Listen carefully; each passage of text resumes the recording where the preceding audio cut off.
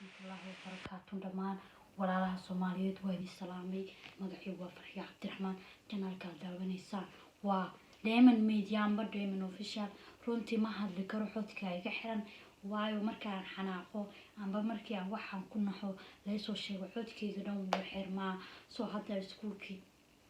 ka imaaday markaan ka imaaday barnaamijkiisa hadda dharka baa dawaya waayo waxay soo waxday gabar aan garanayo aad u daayar waliba iyadoo yar aan garanayo yaraanteeda runtii waxay igu tiri hadalla aan ka naxo waayo waa 14 jir waa gabar 14 sano jirto waxa soo cideeda soo doontay waa garanaysaa Yurubtan dadka jooga marka ay fatashaan ay wareeraan waxay aadaan wadankii markii ay tagaan waxay doontaan ay ka soo sameeyaan waayo anigu waxba kama falay halkan jooga samaha nin aan garanayo wuxuu yahay wuxuu gudo suudo ma dhaqmankiisa ani ma guursanayo waayo sabab uu guursanayo ma jirto laakiin qofka wadanka jira waalidiinteena Soomaalida waxa ka dhaadhacsan go'aamo qaldan iyo fikrado qaldan waxa ay tahay fikrada qofka Yurubka jooga ama wadamada shisheeye jooga inuu yahay qof aad u wanaagsan fiican shaqaysto lacag leh Yurub iyagu ka haynaya wadankii nolosha ku noolaayeen guri iyo adduunyo siinaya waxa ku jira waa hami iyo lacag waan iswada ognahay runtii gabadhan daadayna markay soo wado waxay ku tiri Farxiyo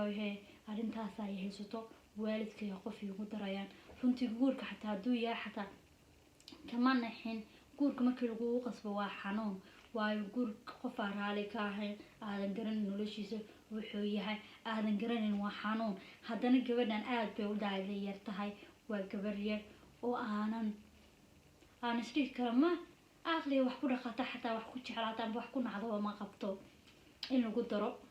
taasi iyadoo qalad ahayd ba haddana asaageed laguma darin waxa lagu daray oday 80 jir qarmuuna oo Yurub ka soo tagay war waxaan dhahaa ma garanayo dadka Afrikaan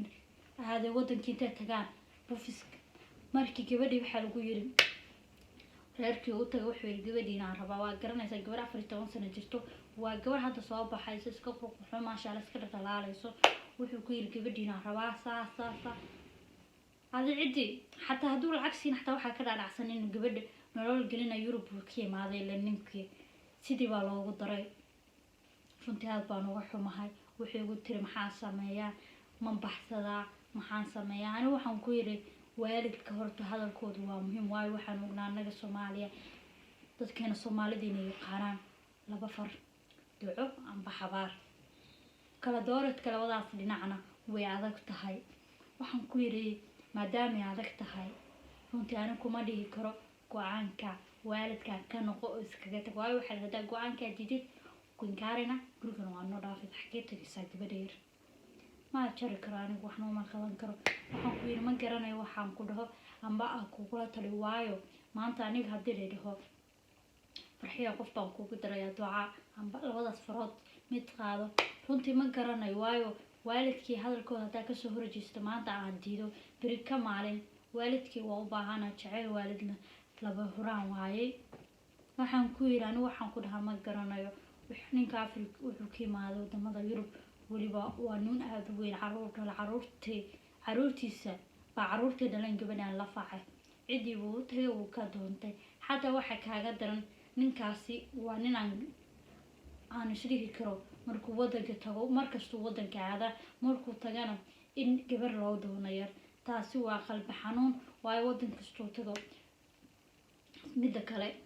gabadhaas talaayay soo weydiisatay runtii ana codkaygu wuu xiran yahay waxaan dhaxana haba yaraatee ma karanayo gabadhan yar waayo maanta hadaa dhaho go'aanka waalidka ka soo horjeeso ma dhihi karo waa go'aan qaldan ma dhihi ninka diid hadii diidana waalidku waxay soo taagiin labadan gacan mid qaado soo aad ugu xumaaday waxa idin la soo wadaaga adinkay daawanay waxay tahay in gabadhan yar aad tala siisaan talo aad isdhigi karto sidoo kale ani waalidiinta Soomaaliyeed waxaan ugu baaqayaa dadka qurbaha ka imaada caruurtiina ha siisanaa waayo ma garanaysaan qofku waxa uu yahay halkuu ka imaaday wuxuu qabsado qurbaha wuxuu ku xataa ma ogdiin inuu waalayahay qofka ma ogdiin inuu daroogis isticmaalo ma ogdiin inuu wax qabo so markuu wadanka imaado suudkiisa ayuusan idin sirin waayo wuxuu yahayba lama ogo taas waa mid taas waalidiinta Soomaaliyeed ayaan ugu baaqay waayo gabdho badan baa wada ognahay niman qurbaha ka imaada qaar dileen qaar qaleen qaar basi u geysteen kaliya kala baxayaan hadeero maxay ku ogtiin maxaad caruurtiin ugu aaminaysaan qof aadan garanayna runtii caruurtiin hadaa wax ku aaminaysaan mid wadanka jooga ku aamino siista laakiin qof aadan garanayna qurbaha ka imaada 20 sano 30 sano qurbihii ku wareeray inaad siisataan caruurtiina waa qalad baan aaminsanahay taasi waa mid waalidiinta Soomaaliyeedna saas oo ku baaqaya runtii gabadhan waxaa dhileen adinkii daawanaya ayay tala idinkaga baahan tahay waxaa dhihi leedeen ana waxaan dhaho ma garanayo waayo alxamdulilah waxaan u sheegay ma garanayo maanta waayo waalidka warkiisa qofna ma diidi karto meelna laga hor imaan karo waana dareemaya xanuunkaas waayo anigu jirkeyga dareemaya qof dumar ah maanta anigoo dumar waalidka haday dhahaan daadana aad jiro go'aan qaato mararka qaar waxaa laga yaabaa in go'aamo qaldan ay qaadato runtii dadkiina daawanaya waad garanaysaan talo iyo tusaale waxaad gabadhan yari 14 jirka ah aad kula talinaysaa maadaama gabadh yar ay tahay wax baranayso waxaan kaga naxa waxay tahay waxbarashadii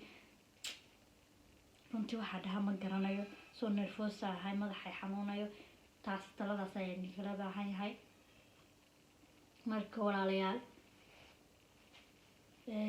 hoos kumantiga gabadha way akhri doontaa taladiina way qaadan doontaa ma doonayo magaceeda waxay tahay saas